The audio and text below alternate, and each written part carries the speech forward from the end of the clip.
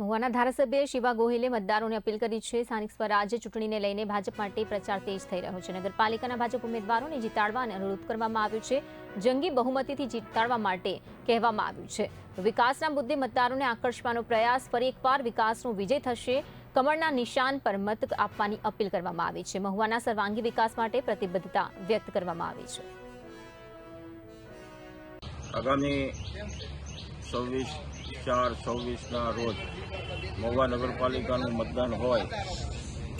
સર્વ મહુવાના મતદાર ભાઈઓ તથા બહેનોને મારી નમ્ર અપીલ છે કે હવે છેલ્લા 24 કલાક પાર્ટીનો પ્રચાર બધી પાર્ટીઓ કરતી હોય છે.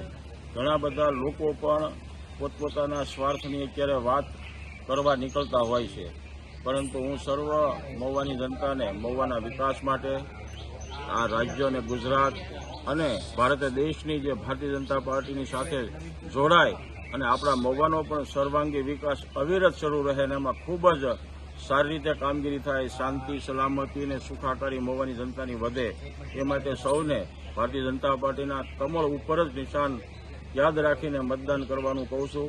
દરેક વોર્ડમાં અમારા 4 પેનલના અમારા જે ઉમેદવારો છે ભાજપના, એ તમામે તમામ ઉમેદવારોને કમળનું નિશાન યાદ રાખીને મતદાન કરવા અપીલ કરું છું.